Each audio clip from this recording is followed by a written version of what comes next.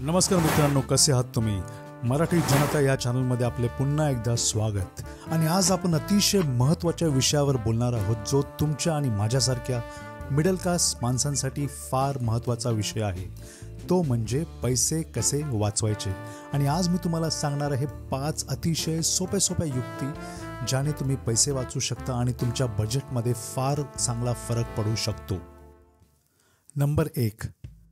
मध्यंतरी मी एका ठिकाणी फिरायला गेलो होतो. तिथलं अतिशय सुंदर असं हॉटेल मला आवडलं. त्याचे चांगले रिव्ह्यूज होते, म्हणून जवळपास 15,000 रुपये देऊन ते मी बुक केलं. आणि या हॉटेलमध्ये गेल्यावर मला कळलं किंवा मला रिअलाईज झालं की मी तर ह्या हॉटेलमध्ये जास्त वेळ राहणार नाही आहे. मी साईट सीइंग करणार आहे आणि बाकीच्या गोष्टी एक्सप्लोअर करणार आहे. तर मी हे बुक का केलं? नो डाऊट ते हॉटेल अतिशय चांगलं होतं, त्याचा खूप छान स्विमिंग पूल होता. परंतु 4,000 रुपयात मला त्याच्यापेक्षा थोडंसं साधं हॉटेल मिळणार होतं आणि त्याने माझी रिक्वायरमेंट फुलफिल होणार होती. परंतु या हायफाय हॉटेलच्या नादात मी इतके पैसे देऊन बसलो. त्यामुळे कधीही हॉटेल बुक करताना नुसतंच आपल्या लक्झरी किंवा इन्स्टा फेसबुकसाठी करू नका. आपला पर्पज काय आहे तो लक्षात ठेवा आणि त्याप्रमाणे तुम्ही बुक करा, जेणेकरून तुम्ही खूप चांगले पैसे वाचू शकता आणि इतर गोष्टीवर ते खरेदी करू शकता. नंबर 2. मित्रांनो, तुम्हाला माहीतच आहे, आजकाल एक नवीन फॅड आहे किंवा प्रत्येकाची आवड म्हणा, सुट्टी असलो की आपली पावलं वळतात शॉपिंग मॉलकडे. आणि शॉपिंग मॉलमध्ये तुम्हाला माहीतच असेल, बऱ्याचशा खायच्या प्यायच्या गोष्टी फार महाग असतात आणि अनेक प्रलोभनं तिथं असतात जी आपल्याला पैसे स्पेंड करण्यासाठी बोलवत असतात. आपण कधीतरी गेलो तिथे तर ठीक आहे, पण काही वेळा आपण असंही करू शकतो. आपण एखाद्या पार्कमध्ये जाऊ शकतो, लायब्ररीमध्ये जाऊ शकतो, म्युझियम बघू शकतो, फॅमिलीसोबत एकत्र येऊन वेगवेगळे गेम घेऊ शकतो, घरी मूवी नाईट प्लॅन करू शकतो किंवा आपल्या समविचारी मित्रांना एकत्र बोलवून पॉटलकसारख्या गोष्टी करू शकतो, ज्याने तुमचं एकत्र येणं होईल आणि आपले पैसेही नक्कीच वाचू शकतील. मी असं म्हणत नाही तुम्ही कधीच जाऊ नका, कधीतरी जा आणि कधीतरी इतर गोष्टी करा. नंबर 3. बऱ्याच वेळा असं होतं की आपण आपल्याला नेहमी आपल्या मित्रांबरोबर कम्पेअर करतो.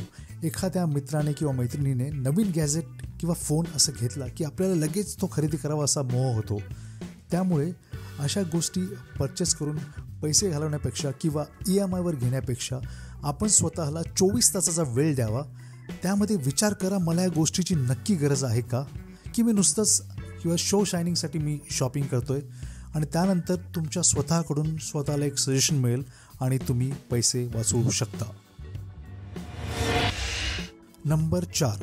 प्रत्येक गोष्टीचा cost per use find out करणं हे अतिशय महत्त्वाचं आहे. ती गोष्ट खरेदी करण्याच्या आधी समजा मार्केटमध्ये तुम्हाला एखादा फॅन्सी कॉफी मेकर दिसलं किंवा अजून काही गॅजेट दिसलं, जसं काही बऱ्याचशा जॅपनीज गॅजेटची ॲड आपण मोबाईलवर, लॅपटॉपवर, TV वर पाहतो, तर आपल्याला लगेच मोह होतं की आपण हे घेऊया आता. परंतु हे घेण्याआधी आपण विचार करायला हवा, कॉफी मेकरने मी किती वेळा कॉफी बनवणार आहे, की मी फिल्टर कॉफी यूज करू शकतो. किंवा तुम्ही एखाद्या पिकनिकला जात आहात किंवा आउट ऑफ इंडिया जात आहात, तर तुम्हाला आपल्या फॅमिलीसोबतचे चांगले क्षण कॅप्चर करायचे असतील तर आपण एखादा 70,000चा DSLR घेतो आणि त्यामध्ये नक्कीच खूप चांगले फोटो काढतो. परंतु आपण त्या ट्रिपवरून आल्यावर तो समजा कपाटात बंद होऊन पडणार असेल तर त्याचा काय फायदा? एका शूटसाठी तुम्ही जवळपास 70,000 खर्च करत आहात. तर पुढच्या वेळी नक्की विचार करा, ज्यामुळे तुम्हाला ह्या गोष्टी बाय न करता cost per use find out करता येईल आणि पैसे वाचवता येईल. अजून एक उदाहरण देतो. जेव्हा डिसेंबर संपतो आणि जानेवारी सुरू होतो, तेव्हा आपण बऱ्याचशा जिमच्या ऑफर्स पाहतो आणि 5-10 हजार आपण देऊन एक मेंबरशिप घेऊन टाकतो. पण आपण विचार करा, आपण किती दिवस जिमला जाणार आहोत. त्याऐवजी अशा जिम आहेत जिथे आपल्याला पर यूज, पे पर यूज किंवा पर वीक अशी मेंबरशिप मिळते. तिथे जा, आधी बघा आपल्याला किती आवडतं आणि मग फुल टाईम मेंबरशिप घ्या. आणि आजकाल अशा बऱ्याच स्टार्टअप्स आहेत, तो ह्या कन्सेप्ट घेऊन येत आहेत. तर हा अतिशय महत्त्वाचा पॉईंट. नंबर 5.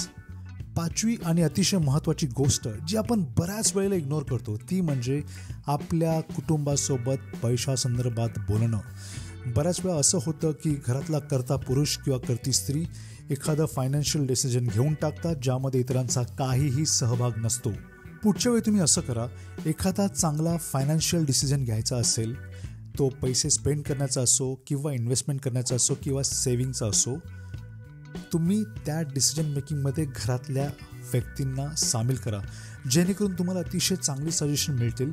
आणि बऱ्याच वेळा असं होतं की आपण जो विचार करतो त्यापेक्षा समोरची व्यक्ती फार वेगळा विचार करते आणि त्याने आपल्याला फायदाही होऊ शकतो. त्याचप्रमाणे जेव्हा तुम्ही घरातलं बजेट डिस्कस करता तेव्हा तुम्ही तुमच्या मुलांना इन्व्हॉल्व करा, त्यांना पैशाचं महत्त्व, सेव्हिंगचे महत्त्व यांची जाणीव करून द्या. त्यामुळे त्यांच्यामध्येही सेव्हिंगची हॅबिट किंवा योग्य गोष्टीवर पैसे खर्च करण्याची हॅबिट चांगली डेव्हलप होऊ शकते. तर मित्रांनो, ह्या होत्या 5 गोष्टी ज्यामुळे आपण पैसे वाचवू शकतो.